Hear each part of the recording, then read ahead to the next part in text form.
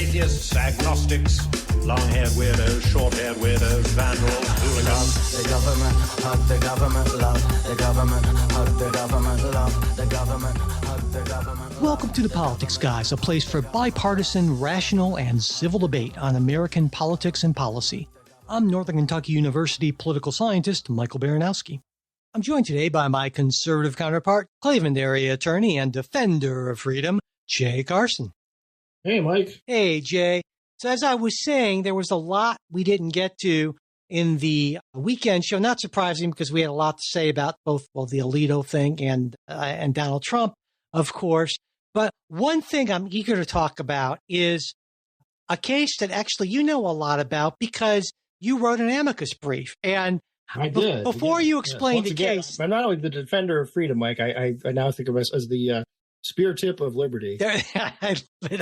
Maybe I should switch that. I don't know. But before you get into the case, because I think it's only appropriate that you intro this, I'll say that, as usual, Jay's brief was a lot of fun to read. I enjoyed it. I love how he started. This will give you a sense. Listeners shouldn't be surprised, but under summary of the argument, right at the beginning of Jay's brief, how does he start it? Well, he starts it with, and he found a new jawbone of an ass and put forth his hand and took it and slew 1,000 men therewith. And Samson said, with the jawbone of an ass, heaps upon heaps, with the jaw of an ass, I have slain 1,000 men. And if that doesn't grab you and make you want to read the rest of the brief, my God, man, I don't know what's wrong with you. And it keeps on just getting better from there, I swear. Jay, he takes readers through the origin of the term jawboning, which is from there, McCarthy-era blacklist, King Henry II, Archbishop, Lord Chancellor of Thomas of Becket comes in, the Roman Empire, of course, slippery slopes, because everyone knows on this show, Jay loves a good slippery slope, right? Stockholm Syndrome. I mean, it's a lot of fun. There's some good stuff in there. I didn't get anything quoted, and I did just an opinion. My brief was actually cited by two justices a month ago, but I didn't get any direct quotes on this one, so I was a little disappointed. But it was good stuff, and I read it and I said, well, no wonder the justice unanimously agreed with your. And so yes. I'm picturing in my mind. They said, well, let's take a look at what Carson has to say. It's like, well, shit, I think we're good. Yeah, let's just go. Anyway, so. Well, why don't you get into the meat of the case here, though? So the case is NRA versus Vullo. The NRA, Vullo is the financial superintendent of the state of New York. And part of her job is to regulate banks and insurance companies. And part of regulating banks and insurance companies is making sure they don't do things that are financially risky to their shareholders, stockholders, and depositors. So Vullo had made comments about the NRA, which were uncomplimentary, of a piece with other politicians, calling them terrorist organizations and so forth. And then what she did, and this is the jawboning piece, right, that comes in, is as a regulator, she issued a warning to banks and insurance companies who might seek to do business with the NRA, saying that there is a reputational risk, meaning investors, depositors, whatever in these banks or insurance companies could say, well, look, we don't want this company dealing with the NRA because they could get canceled. So therefore, our directors should not insure the NRA or allow them to bank with them. So it's a cancel case, really. And the court unanimously said, yeah, this is a problem when you've got a regulator with the power to again, essentially destroy an industry, sort of telling other folks out there. And again, there's this irony of, listen, there's some, hey folks, there's some severe reputational risks to investing with the or to doing business with the NRA because of the very things that we say, right? There's sort of this, we're creating the government is creating the reputational risk at the same time that it is warning about it. And the court said that is tantamount to censorship under a First Amendment piece, that when you take an advocacy group, right, that like the NRA, and seek to curtail their ability to raise money or do business. That is a First Amendment violation. So, no, I was very heartened by the decision. And in terms of the arguments that I had made in the brief is that if you look at, and you can look at this from different political points of view, it doesn't much matter.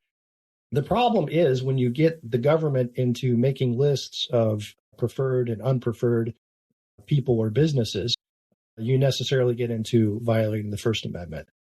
The jawboning refers to the actions of regulators who can essentially regulate without going through the process, right? It is just sort of by threatening, by cajoling, by talking. And again, that's where the term came up. Now, people have raised doubts about this, but I got it from this other law review article where a guy says that, yes, it is arises from the biblical reference, and that then the idea of you can talk, regulation, that just saying like, hey, as much you would put, hey, nice company there, shame if it got regulated. You can force action that you might not be able to through the actual process. And one of the examples, I think, was the 1950s Hollywood blacklist, where, the way this came about was the government actually, posted hey, here's a list of communist subversive organizations. Everybody should be aware of these. The press then published it as well. And people got the idea that, well, look, we shouldn't hire or do business with anyone who might be a member of any of these organizations. And what you had was this sort of self-censorship. The Hollywood blacklist wasn't the government censoring Hollywood. It was Hollywood censoring Hollywood, but the government in the background saying, if you know what's good for you, here's what you ought to do. So, and, it puzzled me, I guess, because it was a unanimous decision.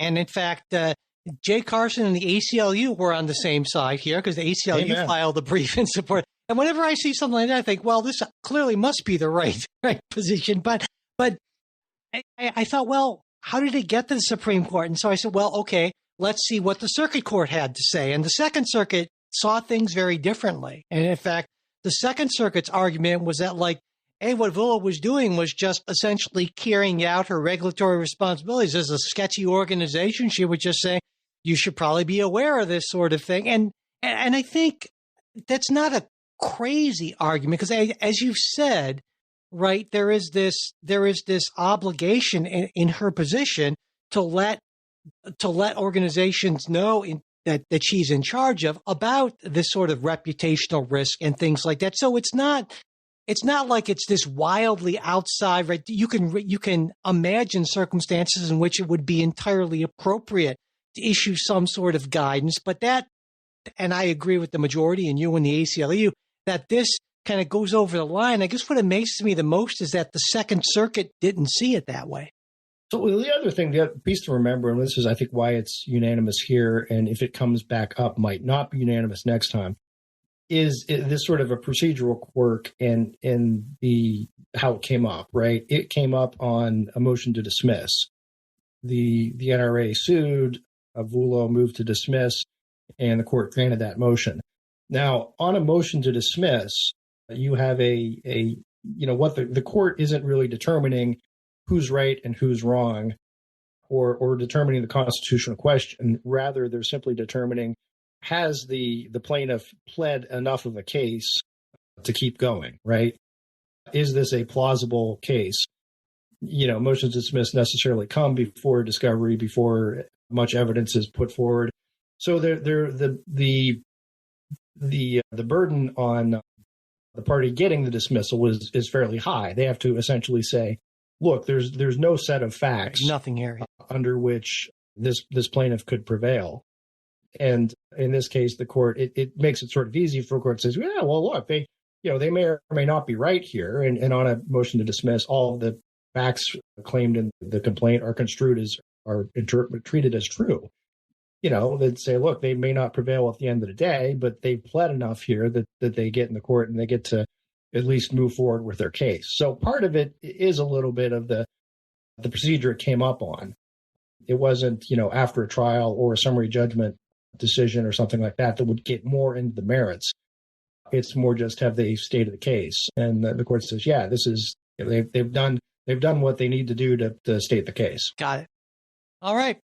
Well, let's move on to something very different, a foreign policy story, which we haven't gotten to this point yet in either the weekend or the midweek show. And after, I call it considerable pressure from Ukraine as well as key U.S. allies, that would include the UK and France, the Biden administration has finally authorized Ukraine to use American-made weapons for strikes inside of Russian territory. But there's always a but with this sort of thing. The administration made it clear that this is limited to self-defense to allow Ukraine to protect Kharkiv, I would get the name wrong, and the surrounding areas. It's around 12 miles, give or take, from the Russian border, and it didn't okay Ukrainian attacks deeper into Russian territory. And in addition to this, those U.S. ATACMS missiles can only be used by Ukraine when they're either being attacked or they have evidence of an imminent attack from Russian forces across the border. And this actually is a reversal from Biden's policy to this point of not allowing U.S. weapons to be used on Russian soil for any reasons. And when it seemed that this policy change was in fact coming a few days ago at this point, Russia reacted by conducting drills for its tactical nuclear forces. And so for weeks now, the UK has allowed Ukraine to use British missiles for attacks anywhere in Russia. And this is a stance that France and Germany have also taken, but the U.S. we're still behind our allies on this. And so to me, this is not only a good decision, but one that should have been made far earlier and one that should be with far fewer restrictions. But what do you think, Jay? Oh, I guess when you said good decision, that threw me off. You mean good as compared to where we were before? Yeah. Okay. Yeah. I was going to say, oh my God. No, I think this certainly does not go far enough. And can you imagine FDR during the Lend-Lease program and the Blitz telling Churchill, look, you can use these for self-defense against attacks from the Nazis on certain targets, but I don't want you actually bombing the Germans or anything because that might upset them. It strikes me as ridiculous that we would tell another country how to fight their war. Either we give them the weapons or we don't give them the weapons. If we do, I think they're theirs to use and keep. And also just the absurdity of, under fire and Ukrainians figuring out, well, wait a second, can we let's fire the English missiles because we can't shoot the American ones. It's just nonsensical, and it's sort of the reminiscent, I think, of the Vietnam era, right, where there was the sense that too many barriers were put in the way to actually winning the war. And in this case, it's a little worse. I mean, you could say it's one thing to put barriers on your own side about what you want to do to win the war. It's quite another to say, tell somebody else. And I think the Ukrainians could fairly argue that since their country's been invaded, attack is pretty much imminent anytime. There shouldn't be this box of, checklist you got to go through before you can fight back. And so no, I'm squarely with the British and the French on this, that if we're going to give the Ukrainians aid, we ought to give them aid and the ability to win. Yeah, well, I think it's reasonable to say that there should be certain restrictions. Like, for instance, if you're going to be targeting non-combatants or things like that, well, then, yeah, I would have a problem with that. But I don't know if you would, but I feel like, I feel like if we're going to give weapons to anyone... targeting non-combatants, yeah, I think that would be a problem. But the fact that, look, there are going to be civilian casualties, sure, that's different. In any war. And again, oftentimes the bad guys in these sort of conflicts tend to base themselves in places where a counterattack will exacerbate civilian casualties. Yeah, see, that's where you and I differ, because I feel like that's a decision that they make, and I think that's the wrong decision. But I think that we do not destroy, or we do not specifically target predominantly civilian non-combatant targets just because some combatants choose to hide themselves there. I feel like that lowers us morally in a way that I am not comfortable with. So I don't care. And this, obviously relates to the Israel thing. If you're a bad guy and you hide yourself in the middle of a bunch of good guys, we don't blow up all those good guys just to get to you. We hope you enjoyed this preview of our supporters-exclusive midweek show. If you'd like to hear the rest of the episode, we hope you'll consider becoming a supporter. Supporters get ad-free access to all of our shows, membership in our Politics Guys Discord group where you can join in on the conversation, and other benefits at different levels of support. To become a supporter, go to patreon.com/politicsguys. You can also support us through Venmo or @politicsguys or through PayPal. You'll find all of our support links in the show notes as well as at politicsguys.com/support. And if you'd like to get the midweek show, but you're not in a position to become a financial supporter, that's not a problem. Just send me an email at mike@politicsguys.com and I'll be happy to get that set up for you.